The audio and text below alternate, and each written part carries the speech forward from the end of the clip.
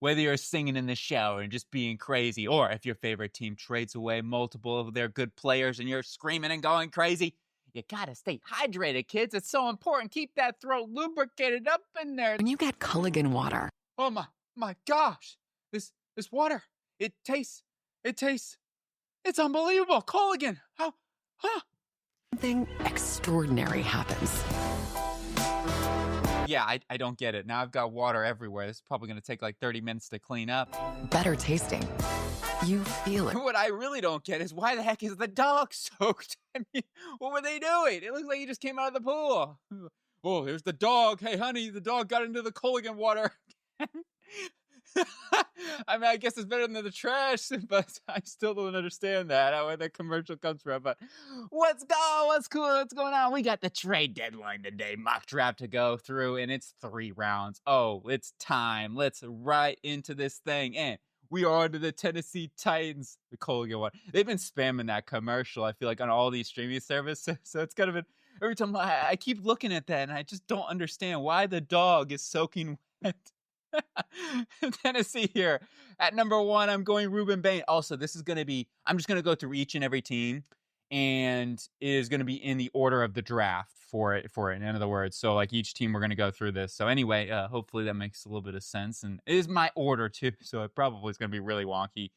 It is going to be Ruben Bain though here for the Tennessee Titans at number 1. I'm going Casey Concepcion and Julian Neal at cornerback there. I'm trying to build whatever I can when it comes to this roster in general and taking best players available. That's really was my approach in this draft class. Also, while trying to hit some key needs on this football team and key positions that right now they're lacking in majorly, such as edge talent, wide receiver talent, and they need some more cornerback help. They traded away Jarvis Brownlee. L'Jarius Sneed hasn't really lived up to that contract or trade. All 3 of these guys can come in and I think could be impacts right away. At least Bain and Concepcion, and even Julian Neal, man, he's got really good size, and he's a solid athlete too for his size.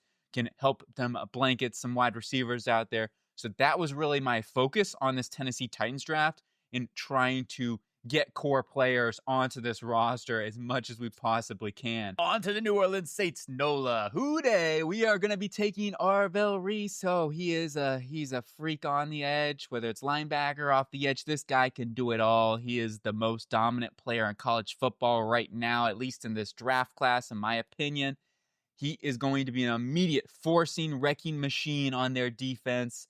Definitely need a cornerstone like Arvell Reese. I'm cool taking him at number 1 overall, even at this point. I mean, I'll be real. I think he's just that good of a football player. Denzel Boston in the 2nd round, getting a wide receiver to complement what you have in Chris Olave. More of a tough catch guy, right? Olave's not the greatest when it comes to contested catches. You get somebody with Denzel Boston who has a little bit more of that ability. Caden Green from Missouri is playing left tackle. I think his tape is going to suit him more to the inside, and he can fill one of those guard positions. They need an upgrade. Big time. Obviously, Trevor Penning gone, and Cesar Ruiz, in my opinion, they may want to let him go after this offseason. Trying to get somebody on this offensive line at guard is going to be a big area. Hey, Eric McCoy with his injury history, too. They may want to think about center.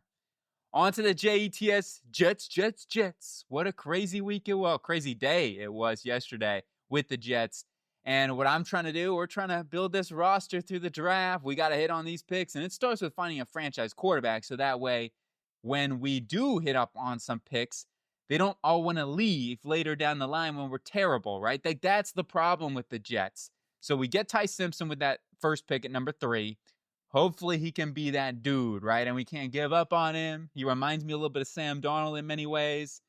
I am really hoping we can hit on that franchise quarterback. Come on, that is the key, I think, to this team's success going forward. I mean, we got to hit on other players, too. Sick and tired of trading away all our top talent, even though it was the right thing to do. I really love what Darren Muji and Aaron Glenn did.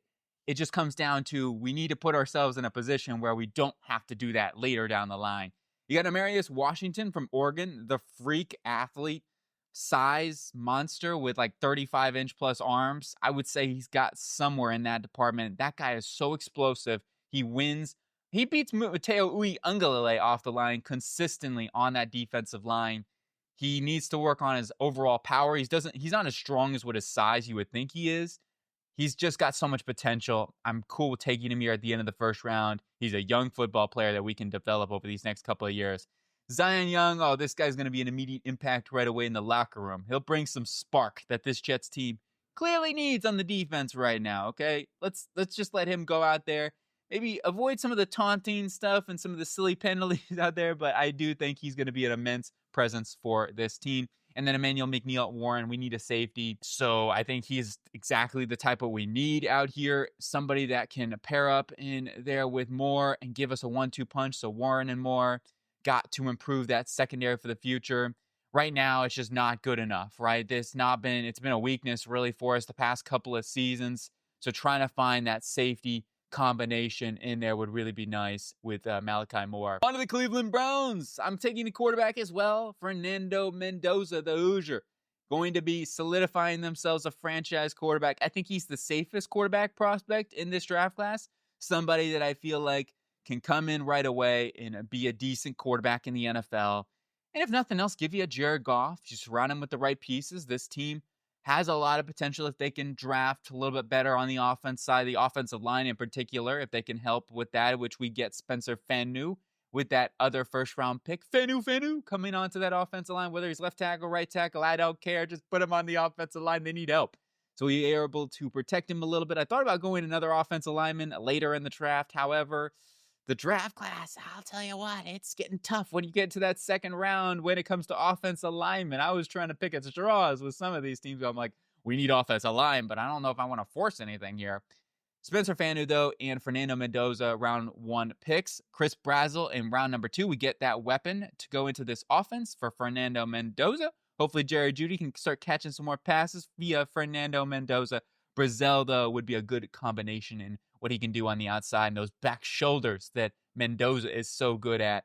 And then we get Chandler Rivers from Duke, a little bit of an underrated cornerback prospect. He might be more of a slot player, and that's fine. I have no problem with that. They could use a slot upgrade. Now that Newsome is gone, and certainly something that we could invest in is another cornerback in general into this room. I mean, you could also pick somebody up or bring Martin Emerson back on a cheap 1-year deal too to help out surround that corner core with Denzel Wood. Then we have more pain, right? It has been painful for Cleveland for sure. We're going to gamble on some picks here. We're going Jordan Tyson from Arizona State for the Raiders. Absolutely need a number 1 weapon. This team is, it's not good at the wide receiver position. Yeah, you got Super Bowers, of course. You got Genty. Now we get a number 1 weapon. This wide receiving room looks a lot better with Jordan Tyson in here. And overall, this would be at least a starting point for Geno Smith as you continue to build this roster. We do get Josh Hoover in the 3rd round to be able to develop. We need to at least invest in a quarterback somewhere, in my opinion. And Hoover gives something for Pete Carroll to be able to develop, like hopefully like a Russell Wilson when he got him in the 3rd round. With the 2nd round pick, I decided to go with Caleb Tiernan from Northwestern. Maybe there wasn't an interior guy at this point that I wanted to force. I know it's hard because you don't see who was already taken off the board here. So that's the one little knock, of course, on this is like you don't see who's going there, but I just feel like maybe it's a little cleaner to do it this way. It is what it is. You can let me know whether you like it this way or you want me to go through all of them each in order, but I don't want to take up too much of your time. That way you can see all your picks to be straight there with it. So Caleb Tiernan, though, to me was the best offensive lineman available at this point, and somebody that I think could either be their right tackle could be their long-term left tackle of the future. Colton Miller has been injured, and that's something where having him as a swing tackle early on would be great. I think you could start right away at right tackle, and then you can move DJ Glaze over into guard. They just need to find upgrades on their offensive line. So that's really what I was doing, trying to find some help on their offensive line. Caleb Tiernan's been really, really good at Northwestern. And he's certainly going to help out Genty a lot, too, opening up more lanes. That's the one thing in Northwestern. Like, Preston Stone hasn't been most reliable. They've been having to run the rock over there at Northwestern. And behind Tiernan, he's been a heck of a football player there for them. On to the Miami Dolphins here. And with their first pick, I'm going Mansour Delane, the cornerback from LSU. Let's get themselves a lockdown corner. They really need some help in their secondary. He can be a plug-and-play starter for them. Then you got Jeremy Bernard, Alabama wide receiver. Give him some more yak in the room. Can be another weapon for Tua Tagovailoa. I did not go quarterback here. I'm not quite there yet. I still think Tua is a solid quarterback, as much crap as he gets on him. I really don't think he's a bad player. It's just the team right now is a total mess. The defense is a mess. The offensive line's a mess. They need wide receivers. Other than Jalen Waddle, who's catching the football right now? There's so many drops. You have mistake after mistake with fumbles. It's not all on Tua. I know Tua gets the brunt of the blame, but man, we need to invest in other areas on this offense and defense before we really start throwing the shade on Tua Tagovailoa. I'm not saying he's the best quarterback in the NFL. He can definitely play though, and especially if you have a roster to mold around him, he can be a top 15 quarterback in the NFL. I've seen it, and I know he can be. If you're drafting a quarterback to just draft a quarterback, I just don't think that makes a whole ton of sense when your roster has so many other holes on it at this point. I mean, they did invest in Quinn Ewers. I would say this is more of a 2027 type of need. If you invest in your roster, hits on some free agent picks maybe, and then next year Tua plays terrible, then I'd be down with drafting a quarterback. For right now, though, I don't know. I kind of lean against it. AJ Halsey, we go back to LSU here to get a safety. He's been a ball hawk for them. And going back to his Houston days, too, he's been a ball hawk. And I want to get somebody who can get some turnovers in that defense. Terrence Carter, tight end, Texas Tech. I know there's a lot of guys on that defense that get some real love. Oh, my gosh. Terrence Carter. Where's the love for this guy? He's probably the most athletic tight end in this entire... Well, Kenyon Sadiq, I don't know, man. I just say Terrence Carter might be a better athlete than Kenyon Sadiq. I think Sadiq's a better blocker than Carter. But Carter, he's a mismatched target and somebody that legit can run routes. I actually think he's a better route runner than Sadiq right now. Really, really good athlete that has a lot of upside as a tight end. Watch out for him. I think he's a little underrated, a little slept on right now. And we go Blake Miller from Clemson into offensive line.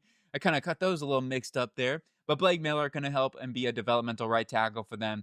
Just give them some more depth. They've had injuries there. So I figured let's go ahead and invest in that right tackle position for them. New York Football Giants, Carnell Tate, Cade Peeper. I really did want to get interior defense line or linebacker. Those were two areas that I was really looking at. I just at the board where we were at, I'm like, I don't know. Peter Woods was very tantalizing, but I wanted to make sure we get another weapon. And this is one that's going around a lot, and for good reason. I would love to see Carnell Tate with Malik Neighbors. That 1-2 punch is just a fantastic duo where it's like, oh, baby, that's going to be really, really difficult for opposing teams to have to deal with having that size in Carnell Tate and just the overall versatility of Malik Neighbors to be able to move around. You've got yourself that 1-2 punch. Hopefully Theo Jackson can catch more passes consistently. In general, man, they got to get more production out of there. Without Cam Scatterbo, Tyrone Tracy struggled a bit. Singletary's been solid as a running back, but I don't know. We'll see. We'll see what happens. Please, Scatterbo, come back. The Scatterboos, right? The G-men. The G-boos, it's like to call them now. And then Cade Peeper, going to be a day one starter for them at right guard. Help improve that offensive line. Maybe they bring back Illuminor. He's been banged up this season, and Bo had to start again this past week versus the Niners. And even with the Niners, like a pass rush, they were still attacking and getting after the quarterback on that right side. So we need to invest in Cade Peeper and then maybe free agency at right tackle in this case scenario, or a right tackle, and go from there. But at this point, Tiernan was off the board. I'm like, I don't want to force anything. Proctor was available at this point. I don't know, making him the switch over to right tackle. I didn't really feel confident about that. It would be an interesting one. I decided to go with Peeper, though. I feel a little bit better about the Peeper. It's been a really unfortunate year for the Commanders, and we're going to try to address some things in the draft here with a wide receiver, Mekhi Lemon. They need wide receivers really, really bad. This is something where Mekhi Lemon comes in right away. Scary Terry hopefully gets healthy. That would be your 1-2 going into the next season. Luke McCaffrey as your third guy. They have to continue to invest in this wide receiving room. It's just not good enough right now. Jaden Daniels, offensive line, of course, still something that they need to invest in too. But when they eventually get healthier with Samuel Cosme, Josh Connolly going to year number 2, maybe there'll be a little bit better of a situation there. Their defense needs a lot of help too. That's another thing. Their cornerback room could use some help. A linebacker of the future, maybe another safety. There are some things that they're going to have to really address this offseason. But I got Anton Saka from Northwestern, the hyper athlete. He's been a little banged up. He is going to test off the charts. And as a pass rusher, he is one of the more dominant pass rushers one-on-one in college football. It's just a matter of he needs to put a little more toolbox on there. The athleticism, though, straight up is so good. And I think teams are going to really covet that sort of thing, especially Dan Quinn. You get a good combination with Dorrance Armstrong with some power, with some speed, that 1-2 punch. Let's do it. Saka, bring some sacks to Commander. Even though it hasn't been the worst issue for them this season, they got to think about it this offseason with contracts and Von Miller getting older, all those sort of things. On to the Cards here with their first pick at number 9. I got Francis CC onto that offensive line. Whether he plays guard or right tackle for them, totally fine. They need an upgrade over there. And then I'm like, hey, Brandon Sorsby. I still like Sorsby. He had his worst game probably of the season this past week versus Utah. A tough defense, a very tough environment. And also had some unfortunate things in that game too go wrong between fumbles, tip passes at the line of scrimmage. It wasn't a good game though, strictly. His accuracy was wavering in that one, couldn't hit over the middle of the field. It was not his best performance. I still see the talent though, and I think he is really worth a pick on day 2 at minimum still. I'm comfortable even taking it, depending on how he plays the rest of the season, I'm still comfortable taking him at the end of the first round as a developmental quarterback with the elite traits that he has. And for this team, where it's almost like Jacoby Brissett's played better than Kyler Murray, I feel confident in drafting a quarterback here and letting somebody develop, at least push Kyler Murray a little bit. That's why I'm going after Brandon Sorsby here. Eric Rivers at Georgia Tech, really athletic wide receiver that could add an element of explosiveness into this offense. He's a really solid route runner that can create space for himself, whether it's in the short underneath, but as a deep route runner too. I think he's got all that to his game. And he complements Marvin Harrison in this offense really well and Michael Wilson. So I just wanted to add another weapon into this room, getting Eric Rivers here in the 3rd round. On to the Falcons here, who would have pick number 10. We get Keith Abney, the second from Arizona State. I didn't love any receivers available at this point, so I said Keith Abney was the best player on the board from me. And Abney's played fantastic, really, for the most part of this season. And somebody that can help be he doesn't have to start right away. You still got Mike Hughes under contract. So this is one of those things where you just get yourself cornerback depth, because their cornerback depth has been a problem for them in the past. We finally addressed that, and we're starting to think towards the future in 2027 with Keith Abney, getting some more help in that secondary. Just something where it's been maybe a luxury. You do have some other needs on the roster. It was more of a BPA approach with the board and where we were at, in my opinion. There are some other areas that this team could look at. I mean, their offensive line depth could be something they could question this offseason. I think they could use another nose tackle guy. They could use possibly a linebacker if Caden Ellis walks in free agency. Couple areas to watch out for. But receiver was a big area that I really wanted to hit here. Zachariah Branch gives him some yak ability. Somebody where Michael Penix, maybe get the screen game going a little bit more. That's really Zachariah Branch with his speed and overall yak ability. I mean, he's not the strongest or toughest guy when it comes to he's not Omar Cooper's strength, but he definitely has that speed to take his bows, give him something that they're missing in this offense. And on to the Cincinnati Bengals, number 10. This was a run to that table. I got Peter Woods, Clemson, defensive tackle. He is going to be exactly what they need up on that interior right now, which has not been very good. So we're going to invest in it and get ourselves hopefully a stud muffin up on that defensive line. And he can rock it out there. On to Trevor Gooseby, where we got him in the 2nd. Get a left tackle of the future. I think Orlando Brown's really struggled. He had another costly penalty this week too. All those things combined with the fact that I think that contract you can get off of and save $14 million this season just makes too much sense. I want to invest in that offensive line, Trevor Gooseby. Jelani McDonald, Texas. We go back there and we get a safety. He's super athletic, good size. He's a little raw when it comes to sometimes the coverage awareness, but he's been a lot better this season, and I really think that he's been making a lot more plays, filling in really for Makuba now, and somebody we can invest in that secondary, get another playmaker in that back end. Jordan Battles had a rough week, no doubt about it. He missed a couple of tackles. I know you talk about that game loser there at the end, but it wasn't just that. Other people could have caught him too. There was another tackle or two that I saw in that game that he missed. He's going to have to get work on that, but he's still a good football player. You just got to stop going for those big hits. When he lands, it's great and everything, but there are times where it's okay, you can't just put the shoulder into it. You got to wrap up and everything like that. Jelani McDonald, though, at safety, going to help them out there. Skull. We go and get ourselves Caleb Downs, Skull, magnet up into that secondary to be a nice seamless hitman Harrison Smith replacement, the ever amazing player. Now you're getting Caleb Downs, hopefully can do the same thing, have another legendary career for the Vikings. Chris Johnson from San Diego State. We doubled down in the secondary here. And now you get yourself another outside cornerback, pick artist, and Brian Flores, who had just a fantastic scheme this week versus the Detroit Lions. He said to himself, you know what? What's the weak point of this Detroit Lions team? It's the interior of the offensive line and the blocking from the running backs, right? Jahmyr Gibbs got leveled multiple times by Eric Wilson. What a great game by Eric Wilson. They need to re-sign him ASAP. But Chris Johnson adds another piece into that secondary. Hollywood Smothers from North Carolina State. gives them like a good little James Cook complimentary duo with Jordan Mason is what I feel on this. And Aaron Jones is great. And when he's on the field, this team is way better. But the injuries have been a thing with Aaron Jones. He got banged up again this week. So that's something where at this point, we may have to move on from him. I want to invest in a Hollywood Smothers type here. Braylon Moore from LSU, especially with Ryan Kelly's concussions.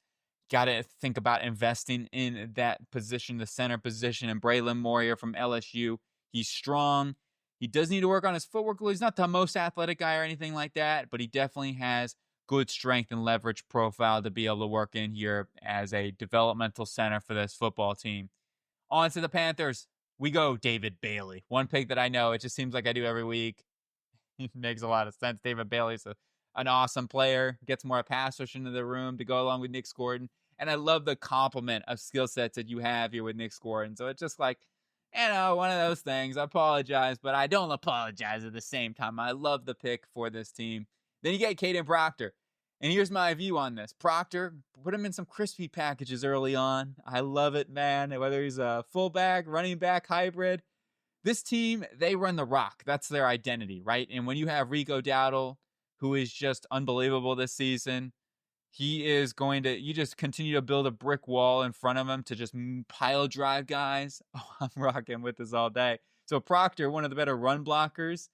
And yeah, why not, man? Even if he plays guard early on, they've had a lot of injuries at that right guard position this season for Hunt. So you can move Proctor inside if you needed to right now and go from there. But I would just say line him up as a 6 offensive lineman and just run it down people's, you know what, basically. Like throat, I guess, that's not a bad word or nothing. But anyway, like that's kind of what I'd be looking at with Caden Proctor. That would be insane to do, in my opinion. So it's just something where I said, all right, Caden Proctor, I'm cool taking him in this range. He needs to develop. And I figure, too, Ken Ekwonu, going to a contract year, he could be their long-term left tackle. Jermaine Matthews Jr. going to come in there and give him some more cornerback depth. And here Mike Jackson's getting a little bit older now. He's still under contract, but they could use a little bit more depth. Trey Smith-Wade's not been too bad or nothing like that, but Matthews can play in the slot and on the outside. So I feel like, okay, we can get ourselves a little versatility here in the cornerback room. Plus, we need some much-needed depth. J.C. Horns had some injury histories, of course. He did get a little shaken up this week, too, but he's okay. Jermaine Matthews comes in here to give him some depth. On to the Houston Texans. Oh, we got a couple of Oregon players out here, but first up, Keldrick Folk. We need to talk about this one. You're like, Keldrick Folk, do you not recognize who we have? We have Mr. Anderson and the Hunter. They have really good edge rushers, but, okay, and Hunter was amazing this week, too. Folk gives them that developmental pass rusher for a season, can be an early down run defender, give Daniil Hunter and Mr. Anderson a little rotational base, because their depth right now, you got Barnett and everything. I think they're going to be going to contract years. I don't imagine they'll be too expensive to ring back or anything like that. Anyway, Daniil Aldridge can move around. I think Folk gives them that guy that they can develop for a season, be a rotational player early on, could even play a little in the middle, too, if you wanted him to.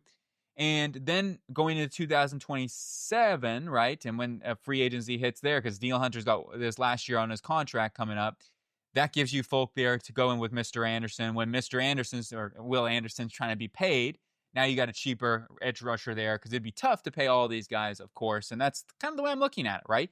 Houston's the team where it's like you don't have to force nothing. And I wanted to go after something a little bit different. I think that is a really serious possibility on what they could do. And they got Apani Laulu from Oregon, center, guard, whatever you want to do with him. I think he could play guard too. I'm not like forcing him into the center position. He at least gives you some competition with Jake Andrews. Didn't have a bad week or nothing like that. And their offensive line was pretty solid, but it definitely gives them some more interior comp. Tomlinson's really been their weak link. They've been rotating him out with Shrugs over that left guard position. So there's that, and Laulu could compete there too. Then we got Dylan Thieneman from Oregon, safety. You pair him up with Caden Bullock, who had a good week. Bullock and Thieneman, oh, that's a lot of speed in the back end. Derek Bowen from Notre Dame, a little bit of an underrated player. I think he's been a monster there at Notre Dame. Kind of like a dude from Notre Dame that started early in his career too. He's not like an older prospect we've seen in the past years from Notre Dame. He's somebody that's really been a staple for them over these past couple of years and just gotten better and better. Really, really good run defender that also has the length and size profile to be able to affect the coverage ability as well. And bring him in with Azeez Al-Shahir. That would be a 1-2 punch. Shahir's a beast. Now you get in Bowen in there, that 1-2 punch. On to the Prowlers, where we go get a Prowler here. Watch out, folks. Lock up. When you get Will Lee, you lock up, literally. He's got that cornerback dog in him. He's just so physical at the catch point. Exactly what this team needs on the outside, especially after trading Tyson Campbell. Newsome hasn't really, he's not played the greatest, and I don't know if they're going to re-sign him after this season, so Will Lee helps him out tremendously there. And then we got Mateen Igbaragba from Wake Forest. Is this Colby Turner 2.0? It might be. He's got really explosive burst. And he's already got some good pass rush moves, whether it's over-unders. Like, he can rush the passers just so quick into gaps, too, that you get yourself a pass rusher on that interior, which is something that they desperately need. So let's go get Igbaragba from Wake Forest. I feel like he's an underrated name right now, and I could even see him going higher than this. This is in that Colby Turner range. So Wake Forest, they've been producing some good interior guys. I think Igbaragba need that next guy. Then we got Clev Lubin from Louisville. Maybe a little undersized, not the biggest guy, but he can be a good rotational pass rusher. That's really what he has been so good at Louisville. And I guess this team goes back to Louisville. They did draft in Yasir Abdullah and whatnot. Now they get Clev Lubin over here. No, Abdullah didn't quite work out, but Lubin gives them somebody that can get after the passer and give some more rotation in that room, especially if Walker's injured. On to the final pick, Cage Casey. What a great name, too, for an offensive line. He puts you in a cage. We're going with the names over here for the Prowlers. Cage Casey, really athletic guy. And from Boise State, he has been very, very solid at left tackle. And this team could really use some depth at left tackle or just depth at tackle in general. If they have injuries, that's really what I'm looking at. Developing a swing tackle is really, really important here. And maybe just a 6th offensive lineman in general. He could also play a little guard for them, too, if need be. Even though they should be okay there. They've invested in it. It's something where Wyatt Millum, I still think, has a lot of potential to be a long-term left guard for this football team. But Casey gives him another developmental offensive lineman on their front. And the Dallas Cowboys here, a big talk of the town right now, of course. Jeremiah Love. Aaron Love is who I'm going to be taking here with their first round pick. And then their other one, I'm going to take Jerome McCoy. I felt like the value of McCoy at that point was just too good. Same thing with Love. He was BPA at this point. I felt like a lot of the other players that I would have considered here off the board. And I think Love can be a big-time impact as that running back. If Javonte Williams is not back. If Williams is back, then this is probably not something they'd be looking at. However, maybe Williams gets paid after the season and stuff like that. So Love would be a great pick, and I think he'd be a 1,200-yard rusher right away. Can be their DeMarco Murray, Ezekiel Elliott type of running back. On to the steel curtains, or the steel rods, as we call them right now. Maybe it'll be the steel moors here now that we got Dante Moore, quarterback from Oregon. At this point, the value too good. I had to pinch myself to Darian Mensah. I like him a lot too. I like Dante Moore. I'm a Ducks fan. Really, it was tough. It was a tough one. But Dante Moore here is that it's the selection I went. And we get ourselves, hopefully, that franchise quarterback of the future. We get Zakee Wheatley. They did just trade for Kyle Duggar. It's not going to stop me. It's a one-year rental sort of thing. I'm not super worried about that. Who knows? Maybe they give Kyle Duggar a little mini extension or something like that. Possible. But Zakee Wheatley can help them out in that secondary. They need some help over there. And cornerback, you still got Jalen Ramsey under contract with Joey Porter Jr. You can figure out that slot position pretty easily. Like, that's something they could do either in free agency or later in the draft. So that's kind of where I'm at. Plus, we did get Xavier Scott as another DB who can come into the slot right away as a starter. So I was thinking, hey, we can find a slot corner later. I'll add Zakee Wheatley here at safety, rebuild that secondary with Xavier Scott and Zakee Wheatley. And Scott really just falls because of injury at this point. Really good football player from Illinois. Antonio Williams, Drew Shelton, help out the offense, try and help out Dante Moore. Shelton could move to the inside. He could also be a swing tackle. Give Broderick Jones a little push. Broderick Jones, different. That's a totally different player over from the Detroit Lions. Actually, I don't even know if he's on the Lions anymore. Martin, is he on the Lions? I have to double check on that one. But Shelton, offensive line, whether he plays left guard for Isaac Samalu for the long haul, or you put him at left tackle to compete there with Broderick Jones, they could use a little bit of help on that offensive line in general. Antonio Williams adds another weapon into the offense that they could use, that number 2 target. That consistently, they need a number 2 target. On to the Bears, and we are going to be taking Sonny Styles, the Ohio State University linebacker, who has been so good. If Arvell Reese wasn't the talk of the town, I think we'd be talking about Sonny Styles a lot more. There's not much he can't do. He can take tight ends up the seam. He can cover well enough. I think he's excellent in run support as well. Can hold his own against blocks. He's really strong. I like him. I like him a lot. He'll be that long-term TJ Edwards I will say that Edmonds has played well this season. Again, he's had a decent year. He's been up and down. He's had some really good games. He's had some games that were just okay. I think they're going to have to make a decision, though, this offseason what they want to do if they want to keep both of those guys with the contracts that they both have. Joshua Josephs, let's get some more depth off the edge. Booker had a great week. That one-arm stab on Orlando Brown was lethal, and he was good, man. He's been so good in limited opportunities. He's been injured and stuff, but when he's out there, I think Booker has been a beast. Yes, it sucks Deo's been injured, and that's why I want to continue to invest in the depth. That's certainly something I want to do here. Genesis Smith from Arizona. This is another area where I'm like, okay, let's try to look at that back end. If nothing else, is some depth with Brisker's concussion. He's been okay this year and everything like that. I do want to still think about that safety position of the future. And Genesis Smith has been an absolute beast at Arizona. Playmaker, tough as a run defender as well, and going to give them that ability to look into the future at safety. On to the judges. We're going, Vega Ione. I like that name a lot. Vega Ione from Penn State. Guard, left guard. Plug him in right away. Day one start. He's a brick wall and pass pro. Gonna help Justin Herbert out.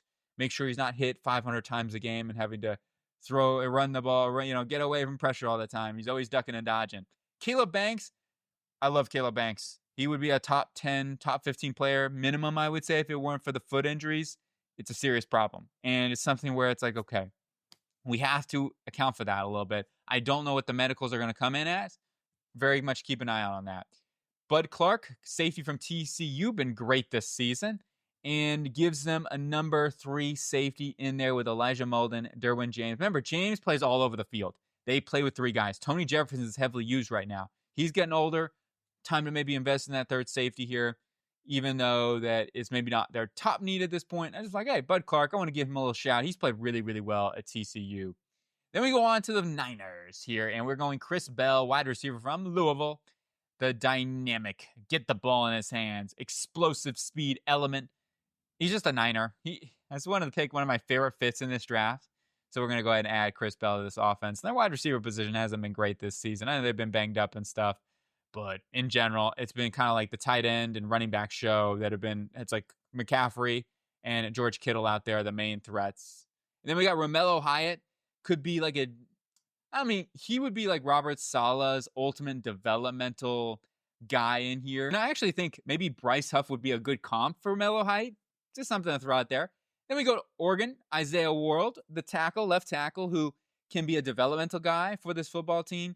I still think he's a very raw prospect. He gets beat to the edge one too often. He needs to work on his hands, but he's got the traits. He's got the size that you look for, and let him develop behind Trent Williams for a season, and maybe he can be the starter. Maybe be like a Chris Paul scenario. One of the Denver Broncos, 21. We go Parker Brailsford. You're like, center? Parker Brailsford? First round? Are you crazy? I haven't seen this guy. I'm going to pick him on day 2. I think Brailsford's a first-round guy, especially in this draft class. And I still think he's really a great talent. At this point, too, I am very comfortable taking Brailsford. He'll be a plug-and-play starter for them at center. If Luke Wattenberg walks in free agency, gets paid a little bit more elsewhere, yes, Brailsford gives them a young player on their offense line. It's time to start thinking about it a little bit, right? You got a lot of great offensive linemen, but it maybe say, hey, we need to invest in some more youth. And then we get linebacker Jake Golday from Cincinnati. Singleton has struggled a little bit, in my opinion, this season. Greenlaw's back now, so that's great, but it's time to at least start investing in that linebacker position still, I feel like, and I think Golday can give them that dude of the future, especially with the injury history and Greenlaw at this point. Bear Alexander from Oregon, he's a guy I was really big fan of going into last offseason. Really disappointed. There's been some off-the-field stuff, but he's gotten it together at Oregon, and he's been a really, really good player. We all talk about Amari Washington, and Washington's great, but so's Bear Alexander. Alexander, a rotational pass rusher, and I think that's exactly what he can do. John Franklin-Myers is one of the best interior guys, pass rushers right now in the league. He's been fantastic, but he is a free agent, and he's going to get paid. So I don't know. We'll see if they bring him back or not. It's going to be a serious thing. They're already paying Zach Allen. That's going to be a tough conversation to have, as good of a football player as he is. And I'd love to have John Franklin-Myers back. Still can't believe the Jets let him go, but it is what it is. Franklin-Myers has been unbelievable. We get Bear Alexander to be that guy, hopefully, of the future. Green Bay, we go Christian Miller from Georgia. Trying to invest in the interior, get a run defender in there type of mold with Devontae White being a free agent, and then also Colby Wooden and stuff like that. So I want to continue to invest in the interior defensive line. Wooden might be a free agent this year or next year. It's one of the two. Then you got Austin Sherfield from Ohio State. I think I spelled that completely wrong. Ohio Station. It's almost like station. The Ohio State Station. Offensive line. Yeah, so he's the plays left tackle. I think he moves in. He could move into guard. His length is going to be very interesting to see where he's at. Green Bay loves these versatile offensive linemen. They, start him at tackle. They can move him inside to guard or center or whatever. Like, bring in Sherfield, more competition. They really have not gotten a whole ton of push on their offensive line, and I think Sherfield can give him a little more push there and give him some maybe more run blocking ability. That's kind of where I'm coming at it with this. Is they could use a little more explosive element in their run game, and that starts with the push up front. Then we go on to the Chiefs. Kenyon Sadiq. Speaking of an explosive element, we get an explosive element here. Travis Kelce getting a little bit older now. If this is his last season and he does retire, it's time, right? Get him in there with Noah Gray. Oh, it's a good 1-2 punch at tight end. They use 2 tight ends. Jonah Coleman, running back, Washington. What a punch, 1-2 combination that would be with Brashad Smith. You get your receiving element, Smith, and you get your power element with Jonah Coleman. Maybe you can have more yardage than Patrick Mahomes. LT Overton here in the third. Still holding out hope for Overton. Still like him, but the production's got to get a little better, of course. It's not been there for Overton. Even though his role, I think, limits him in many ways, he can be a strong side rotational edge rusher for this football team for the Chiefs and a spag guy. On to the Detroit Lions. We're going Cashius Howell from Texas A&M. He is too good not to take at this point. He was BP on my board. Even though Muhammad's been a beast this year with Aiden Hutchinson, who's coming off another monster game. Now you go get Jackson Carcello from Northwestern. We all talk about the left tackle over there, but what about Carcello, right? Carcello and Tiernan, I think, are really, really good offensive linemen on that Northwestern team. Carcello's the center. He is strong. He's not the most athletic, but I think he fits the scheme exactly what they're going to want to do, and he's going to open up lanes as a run blocker. And he's stout and pass pro too. So Carcello is going to be their long-term center. And they got to get better at run blocking. Maybe later in the draft, we could draft a blocking running back or something. They got to be able to block and help out those linebacking blitzes and stuff like that. Definitely a big key for them. Struggled immensely versus Eric Wilson and those blitzing linebackers, even Ivan Pace. So those are things they're going to have to work on. On to the Baltimore Ravens. We went trench play here heavy. Mateo Uiagalelei. I think he's a good complement to what they have in Mike Green. I still like Mike Green. I get it. He's not the strongest guy. He needs to work on that, get more power in there to stipple up that bull rush. He can win off the edge, though. Like in the wide 9 technique, I think he's really good in that right now. But you get a technician with Uiagalelei on the opposite end with a little more power, too. And then Caden McDonald on these here. They need some rotation. McDonald's been really good at Ohio State. And then finally, Bo Stevens from Iowa. They go back to Iowa here, and they get themselves somebody that can come on their offensive line. Voorhees. He's been okay. He's gotten better as this season's gone along. But Falalele is a free agent. So that's something you could think about in general, is continue to invest in the interior of the offensive line. Next up, we got the Bucs. C.J. Allen, linebacker from Georgia. He's an instinctual linebacker, heat-seeking missile type of guy. Really, really good run defender. And going to be a nice piece behind that defensive line and hopefully be that leader for Levante David, who's getting a little bit older now, and hopefully he can continue to play. But C.J. Allen needed at linebacker for them. Help wanted this offseason for the Tampa Bay Buccaneers at linebacker. Dominic Orange, going to give them some rotation. That's kind of what I'm looking at. Logan Hall is a free agent. Plus, they've had a lot of injuries on that interior. Even Kalijah Kancey's been kind of banged up through his career. Dominic Orange, the bill fit the bill here, or the fit the bill. I don't know what I'm trying to say. It was a good price at this point. I'm like, hey, let's go and get big citrus onto this defensive line. On to Jennings Dunker here. We need some offensive line depth, especially after this season, the amount of injuries that they've had up front. I'm going to Jennings Dunker, whether right tackle, right guard, I don't care. They need some more depth on their interior of the offensive line. Or on their offensive line in general.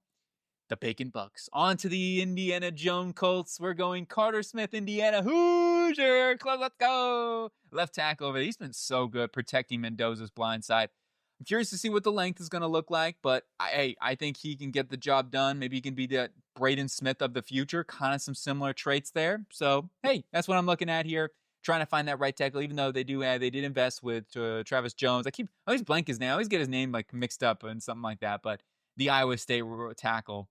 Then we got Whit Weeks, LSU linebacker, going to come in here and be that 1-2 punch with Jair Franklin. And now we got Sauce Gardner. That defense going to be insane. On to the Seattle Seahawks, we're going to Avion Terrell, the cornerback, brother of A.J. Terrell, coming in here to help fill that void for Tariq Woolen. and just feel like we need to invest in that secondary a little bit more. They've got a good football team, so I was trying to figure out, hey, where do we need to go? Offensive guard and cornerback, maybe the two-way linebacker. Those are the three areas that are sticking out to me. We get Jacob Rodriguez and Brian Parker. Parker plays right tackle. He's been an excellent, steady offensive lineman over for Duke, protecting Darian Mensah. And you can move him inside because that length might be a little more of a key thing with him. Move him inside, move him over to that right guard position to at least compete there. And then Jacob Rodriguez can be the hammer in the middle that they need, right? They need a linebacker up there. So we invest with Jacob Rodriguez, another Texas Tech prospect. Whew. We've had like 4 Texas Tech players go in this draft. Then we go maybe 5. I don't know. Buffalo, Emmanuel Pregnon from Oregon. He's pregnant. I'm pregnant. I sound like Arnold Schwarzenegger. But anyway, I don't actually sound like him. Emmanuel Pregnon, though, from Oregon, the left guard, going to be a day one plug-and-play guy. David Edwards going to get paid this offseason. Hey, McGovern's a free agent, too, so they can figure it out. Pregnon is an older prospect. I do think he's just going to be a day one plug-and-play starter for the Buffalo Bills, so that's kind of what I'm looking at. Depending on what they do, right? I think they could use a day one starter. I also thought about Chase Basantes, but I kind of wanted to change it up a little bit, too, because I go with Basantes every week. Anthony Hill Jr., Texas linebacker, can be that stomper in the middle that they need. So I'm going to go add in that dude there, and him and Terrell Bernard can be your 1-2 punch at linebacker. Earl Little Jr., really good athlete. Needs to get better overall with situational awareness, kind of than the thing, and tackling. Tackling is his biggest problem. So if he can work on the tackling, the dude makes plays in the back end. So just maybe taking better angles to tackling. Some comes out of the awareness and fitting in gaps and stuff like that. But keep him in your back end. Cole Bishop at the line. Bishop's playing phenomenal right now, so that's good. So you get that 1-2 punch with Little and Bishop. Now we go on to the Eagles. Let's go. Fly, Eagles, fly. They sell wings here, right? The commercial. We're getting Kamari Ramsey. He is going to help sell some more wings in that back end. We double dipped in the secondary. We got Colton Hood in the second round. Too good of a value to pass up with Hood. Hood can be that third cornerback. Kamari Ramsey, if Blankenship walks in free agency, okay. We got Ramsey, who will be that steady Eddie in that back end. I love that combination with Makuba. I think Makuba as your playmaker type with Ramsey in the back end, who's just a really solid, nuanced safety. I love it. I really do. Hood into that secondary, as I said. Aaron Graves from Iowa. That Iowa defensive line has been really, really good. And Graves has been one of those guys. He is an immense pass rusher up there. Maybe not the flashiest of pass rushers, like athleticism or nothing like that, but he can win. And I like what they bring to the table here on that defense.